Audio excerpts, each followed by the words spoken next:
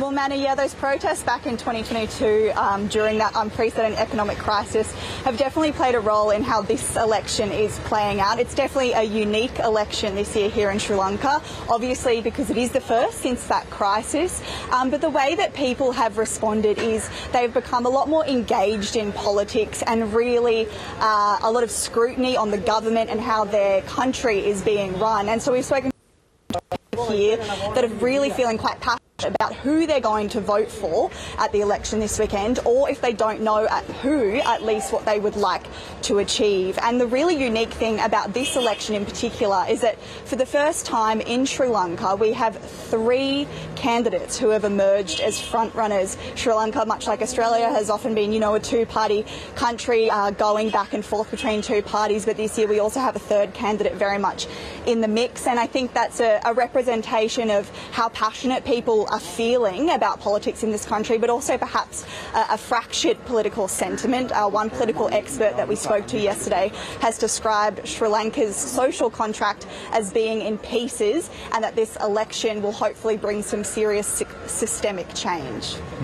Ellie, let's go through some of those top presidential candidates. We have the incumbent, Ranil Wickremesinghe.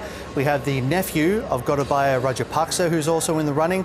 And we also have the son of a president who was assassinated back in 1993. How have all these names been received there? Yeah, well, the incumbent president, Ranil Wickremesinghe, is certainly being seen as an economic saviour among many in Sri Lanka. He's the person that struck the bailout agreement with the International Monetary Fund, and under his leadership over the past couple of years, obviously queues for essential items have stopped and inflation has dropped drastically from 70% to 0.5%. So many are certainly throwing their support behind him. But there's also a large group of Sri Lankans that are feeling like the measures that he's taken to try and get the economy back on track are hurting them. There are increased taxes that have been brought in under that IMF deal, and many people that we have spoken to are saying that they feel like that's really hurting their families. Cost of living is certainly very high.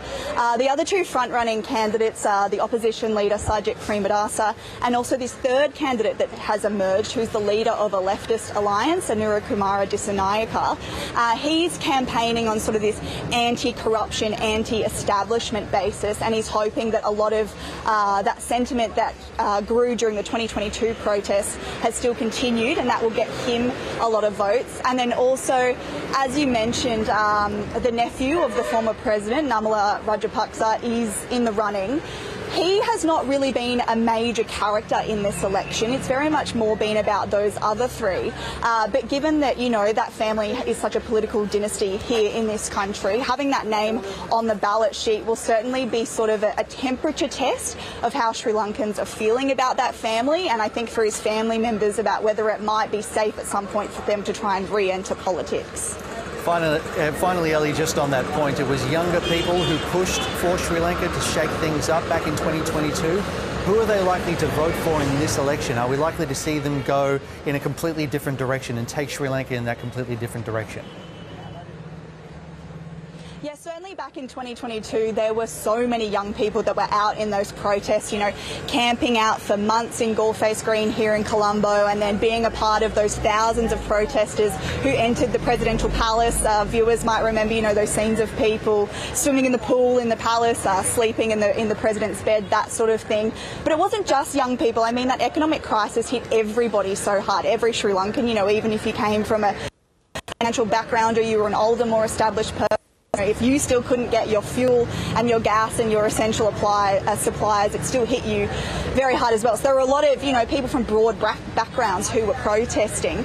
But specifically for young people, I think they are now placing a lot more scrutiny on the government. So a lot of them will certainly be looking for a candidate they think can provide radical change. But at the same time, we spoke to 3 young people a couple of days ago. They were involved in those protests 2 years ago, but now they're very much firmly throwing their support behind the incumbent president because they say he's the only person that can keep this economic recovery going.